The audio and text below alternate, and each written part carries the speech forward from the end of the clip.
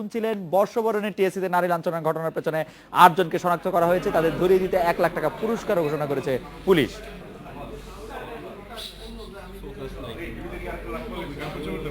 পহেলা বৈশাখের এই সিসি ক্যামেরার দৃশ্য গত 1.5 মাস ধরেই মাইক্রোস্কোপের নিচে। কারা ঘটিয়েছে এরকম ঘটনা? হাজার হাজার মানুষের মধ্যে কোন মুখগুলো দুষ্কৃতিকারীদের? চুলচেরা বিশ্লেষণ শেষ করে অবশেষে 8টি মুখ আলাদা করেছে পুলিশ। পুলিশ প্রধান সেই ঘোষণাই দিচ্ছিলেন তার দপ্তরে। সেই দুষ্কৃতিকারী যারা, তাদেরকে আমরা এখনো গ্রেপ্তার করতে পারিনি। তাদের চেহারা শনাক্ত করতে পেরেছি আমরা সিসিটিভির ফুটেজ থেকে 8 জনের চেহারা আমরা ভালোভাবে শনাক্ত করতে পেরেছি, কিন্তু তাদের হয়ার অ্যাবাউটস কিন্তু আমরা জানি না। শাকিল আব্দুল্লাহ সহকর্মী এবং ছাত্র ইউনিয়নের সাবেক সভানেত্রী লুনা নূর আছেন আমাদের সঙ্গে। প্রথমে শাকিল আব্দুল্লাহ, আপনার কাছে জানতে চাইবো যে 8 জন নারী লাঞ্ছনাকারীকে শনাক্ত করা হয়েছে, তাদের শনাক্ত করার জন্য, তাদেরকে ধরিয়ে দেওয়ার জন্য 1 লাখ টাকা করে পুরস্কারও দেওয়া হবে বলে ঘোষণা করা হয়েছে। এটি শুধু শনাক্ত করার জন্য এত দেরি কেন হলো? কারণ এই ভিডিও ফুটেজগুলি তো নতুন করে আবিষ্কার করা হয়নি, মানে ছিল এতদিন, শনাক্ত করার জন্য দেরি হলো কেন? আপনার কাছে কোনো তথ্য আছে কিনা এই বিষয়ে, সহকর্মী শাকিল আব্দুল্লাহ?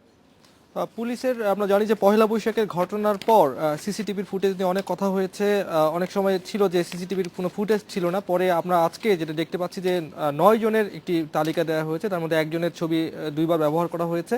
তবে এই ছবিগুলো খুব একটা স্পষ্ট নয়, যেটা দেখেছি যে খুব একটা কাছাকাছিও তাদেরকে চেনা যায় না, এবং পুলিশের পক্ষ থেকে বলা হচ্ছে যে গণমাধ্যমে সহায়তা চাওয়া হয়েছে, এবং বিশেষ করে ইলেকট্রনিক মিডিয়ায় আমরা যদি বারবার প্রচার করি তাহলে হয়তো বা আমাদের কাছ থেকে আসলে মূলত সহায়তা চাওয়া হয়েছে।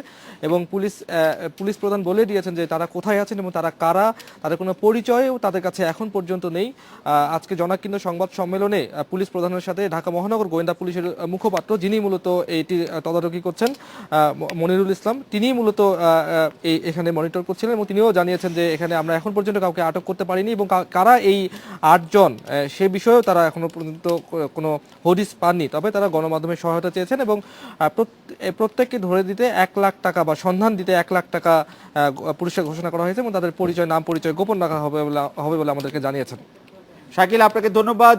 আমি লুনা নূর, আপনার কাছে জানতে চাইবো যে সম্প্রতি তদন্ত কমিটির এই ঘটনার জন্য যে তদন্ত কমিটি গঠিত হয়েছে, তার একজন হতাশা প্রকাশ করে বলেছেন তথ্য আহ্বান করা হলেও প্রত্যক্ষদর্শীরা কেউ কোনো রকম তথ্য দেয়নি।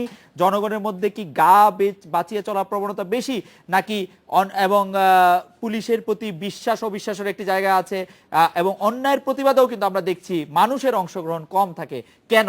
আপনি কি মনে করেন লুনা নূর? ধন্যবাদ আপনাকে। আমি শুরুতেই যে কথাটি বলতে চাই সেটি হচ্ছে যে আজকে পুলিশ শনাক্ত করেছে না, শব্দটা আমি একটু সংশোধন করে আমার মতো করে বলতে চাই। সেটা হচ্ছে যে পুলিশ আসলে বাধ্য হয়েছে শনাক্ত করতে। এই জন্য আমি আন্দোলনকারীদেরকে অভিনন্দন জানাতে চাই, এবং গণমাধ্যমের বন্ধুরা যারা আসলে প্রথম থেকেই সহযোগিতা করছে এই বিষয়টি, তাদের একটি অবশ্যই বিশেষ ভূমিকা রয়েছে। আরেকটি যেটি বিষয় যে বারবারই বলা হচ্ছে যে তদন্ত কমিটিকে জনগণ সহায়তা করছে না, এর দুটি কারণ, দুটি কথা বলতে চাই।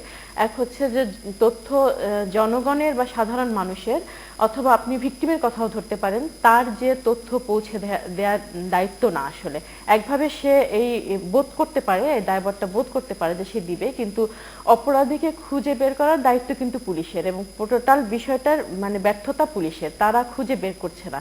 এবং আরেকটি যে বিষয়টা আপনি বললেন সেটি হচ্ছে যে অবশ্যই নিরাপত্তাহীনতা, অবশ্যই হচ্ছে মানুষের মানে জীবনের যে অনিরাপদ বোধ, যে এটার কারণে আমার ধারণা যে মানুষ এই মানে সহযোগিতা করছে না, অথবা তথ্য তাদেরকে সংগ্রহ করছে না, এই বিষয়টি। আর আন্দোলনকারীরা জনগণ নামছে না, সেই বিষয়টি আসলে ঠিক না। আন্দোলনের মতো করে হচ্ছে। লুনা নূর, আপনি আপনার বক্তব্য এই বিষয়ে একদম স্পষ্ট। আমি শুধু যে বিষয়টি জানতে চাইছি, আপনারা প্রথম থেকে বলছিলেন যে পুলিশ প্রকৃত অপরাধীদের আড়াল করতে চাইছে, এবং আপনি আজও বললেন যে শনাক্ত করতে পুলিশ আসলে একরকম বাধ্য হয়েছে। আপনার কাছে কি মনে হয় যে পুলিশ এ ধরনের 8 জন অপরাধীকে কেন তারা কেন রক্ষা করতে চাইবে, কেন তাদেরকে ধরতে চাইবে না, কেন তাদেরকে আড়াল করতে চাইবে? আপনার মানে তাদের মোটিভটা কি? আসলে এই বিষয়টিকে তো আপনি শুধুমাত্র একদিনের একটি ঘটনাকে বিচ্ছিন্নভাবে দেখলে হবে না, সেটি হচ্ছে যে ওখানে পুলিশের উপস্থিতিতে একটি ঘটনা ঘটেছে, সেই বিষয়টি যদি প্রমাণিত হয়ে যায় তাহলে তো পুলিশের ব্যর্থতাকে আবার মানে নতুন করে তুলে ধরার কোনো সুযোগ নেই। সে নিশ্চয়ই তার এই ব্যর্থতাটাকে তুলে ধরবে না প্রথমত। দ্বিতীয়ত হচ্ছে নারী যে এই অনিরাপদ, এই বিষয়টিকে আপনি একদিনের ঘটনা মানে দিয়ে না, এটি হচ্ছে যে রাষ্ট্রের একটি দৃষ্টিভঙ্গি, সমাজের একটি দৃষ্টিভঙ্গি, প্রশাসনের যে দৃষ্টিভঙ্গি নারীর প্রতি, তার একটি ফলস্বরূপই এই ঘটনা ঘটে। শুধুমাত্র উৎসবে যে নারী লাঞ্ছিত হয়েছে তা না তো, নারী কর্মক্ষেত্রে লাঞ্ছিত হচ্ছে, নারী শিক্ষার্থী, একজন ছোট বাচ্চা সে তার শিক্ষা প্রতিষ্ঠানে লাঞ্ছিত হচ্ছে। এবং সবচেয়ে যেটা গুরুত্বপূর্ণ বিষয় সেটি হচ্ছে যে ঘটনাগুলো অতীতে ঘটেছে এবং ঘটে যাচ্ছে তার একটুরও যদি মানে সুনির্দিষ্ট বিচার হতো, কার্যকর বিচার হতো, তাহলে হয়তো পরবর্তী ঘটনাটা ঘটার কোনো স্কোপ থাকতো না। আপনাকে ধন্যবাদ শাকিল আব্দুল্লাহ, আপনাকেও।